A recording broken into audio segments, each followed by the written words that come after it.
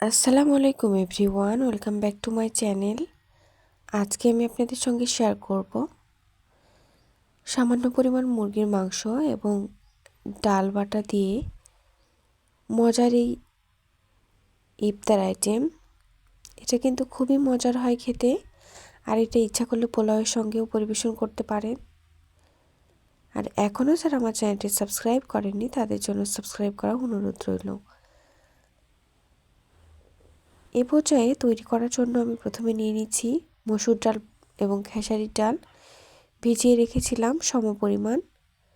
তারপর সেটা খুব ভালোভাবে বেটে নিয়েছি। তারপর নিয়ে নিচ্ছি কুচি করা মুরগির মাংস। আমি মুরগির মাংসগুলোকে কুচি কুচি করে কেটে নিয়েছি। তারপর দিয়ে দিচ্ছি পেঁয়াজ কুচি, দিয়ে দিচ্ছি সামান্য পরিমাণ কাঁচামরিচ কুচি,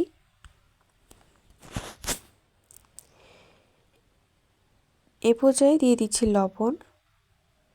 লবণ দিয়ে দিচ্ছি 1 চামচের একটু বেশি, দিয়ে দিচ্ছি হলুদ গুঁড়া 1 চামচ এবং মরিচ গুঁড়া দিয়ে দিচ্ছি 1 চামচ। ঝালটা এবং লবণটা আপনারা বুঝে দেওয়ার চেষ্টা করবেন। দিয়ে দিচ্ছি আস্ত জিরা 1/2 চামচ, দিয়ে দিচ্ছি গরম মশলার গুঁড়া 1/2 চামচের মতো।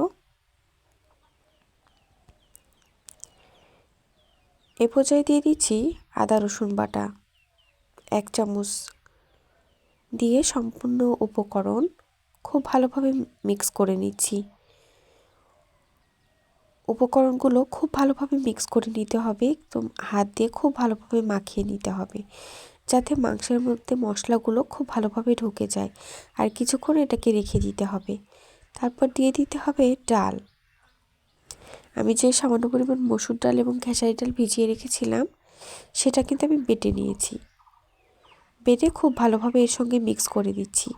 আপনি যে পেঁয়াজটা খেতে পছন্দ করেন যারা, আর পেঁয়াজুর স্বাদটাকে চিকেনের মাধ্যমে বহুগুণে বাড়িয়ে দেয় আর খেতে অনেক বেশি মজার হয় এভাবে তৈরি করলে। এ পর্যায়ে ডিমের সাদা অংশটা শুধু নিয়ে নিলাম বাইন্ডিংয়ের জন্য। খুব ভালোভাবে মিক্স করে নিচ্ছি, আর ডিমটা দিলে আসলে টেস্টটা আরও বেশি বেড়ে যায়। দিয়ে দিচ্ছি সামান্য পরিমাণ চালের গুঁড়া, আর চালের গুঁড়া দিলে কিন্তু অনেকটাই ক্রিস্পি হয়। 2 চামচ দিয়ে দিলাম চালের গুঁড়া, দিয়ে খুব ভালোভাবে মিক্স করে নিচ্ছি। আমার কিন্তু মাখানো হয়ে গেছে। এ পর্যায়ে খুব ভালোভাবে মাখিয়ে নিয়ে আমি কিন্তু গরম তেলে ভেজে নিব। আমি চুলায় একটা কড়াই বসিয়ে দিচ্ছি, আর সেখানে গরম হয়ে গেলে দিয়ে দিচ্ছি। আমি একদম ছোট ছোট পিস করে দিয়ে দিচ্ছি। আর এভাবে তৈরি করলে কিন্তু খুবই মজার হয়। আর চুলার আঁচটা অবশ্যই মিডিয়াম টু লোতে রেখে এই পেঁয়াজগুলোকে ভেজে নিতে হবে। আর এভাবে যদি মাংস দিয়ে পেঁয়াজু তৈরি করেন তাহলে কিন্তু খুবই মজার হয়। আর অবশ্যই মিডিয়াম টু লো হিটে এভাবে ভেজে নিতে হবে একদম আস্তে আস্তে, যেহেতু এটা মাংস দিয়ে করা। মাংসগুলো খুব ভালোভাবে যাতে সেদ্ধ হয়ে যায় এবং পেঁয়াজুটাও খেতে অনেক বেশি মজার হয় একদম লো হিটে তৈরি করে নিলে। আর এতক্ষণ যারা আমার রেসিপি দেখছেন কিন্তু লাইক দেননি, প্লিজ একটা লাইক দিয়ে দিবেন। আর অবশ্যই কমেন্ট করে জানাবেন কেমন হয়েছে আমার মজার এই মাংস দিয়ে পেঁয়াজুর রেসিপি। এ পর্যায়ে আমি নাড়াচাড়া করে দিচ্ছি এবং উল্টে পাল্টে দিচ্ছি। একটু সময় নিয়ে এটাকে উল্টে পাল্টে ভেজে নিতে হবে, উঠিয়ে নিতে হবে। তারপরে আবারও আমি দিয়ে দিচ্ছি সেম প্রসেসে। আর তেলটা একদমই বেশি হিট হওয়া যাবে না, তাহলে কিন্তু পেঁয়াজগুলো তাড়াতাড়ি লালচে কালার চলে আসবে কিন্তু ভেতরে কাঁচা থেকে যাবে। যেহেতু মাংস দেওয়া আছে অবশ্যই খেয়াল করে ভেজে নিতে হবে। এ পর্যায়ে আবারও দিয়ে দিচ্ছি, তারপরে ভেঙে দেখিয়ে দিব কতটা ক্রিস্পি হয়েছে। আর খেতেও কিন্তু অসম্ভব মজার হয়েছে। এটা কিন্তু ইফতারিতেও পরিবেশন করতে পারেন, কিংবা সামনে ঈদ পোলাওয়ের সঙ্গেও এই রেসিপিটি পরিবেশন করতে পারেন।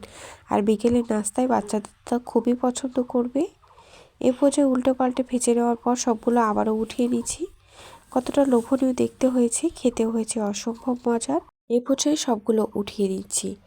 আর এতক্ষণ যারাই আমার সঙ্গে ছিলেন আমার রেসিপি ভালো লাগলে অবশ্যই চ্যানেলটি সাবস্ক্রাইব করে দিবেন এবং পাশে থাকা বেল আইকন ক্লিক করে দিবেন, তাহলে সবার আগে আমার নতুন নতুন রেসিপি আপনাদের কাছে পৌঁছে যাবে। আর এতক্ষণ যারাই সঙ্গে ছিলেন তাদেরকে অসংখ্য ধন্যবাদ জানিয়ে আজকের মতো বিদায় নিচ্ছি। আর ভেঙে দেখিয়ে দিচ্ছি কতটা ক্রিস্পি হয়েছে, আর দেখতে যতটা লোভনীয় হয়েছে, খেতে হয়েছে অসম্ভব মজার। দেখেই বুঝতে পারছেন ভেতরটা কত সুন্দরভাবে হয়েছে আর উপরটা হয়েছে ক্রিস্পি। পরবর্তী রেসিপি দেখার আমন্ত্রণ রইল। আল্লাহ হাফেজ।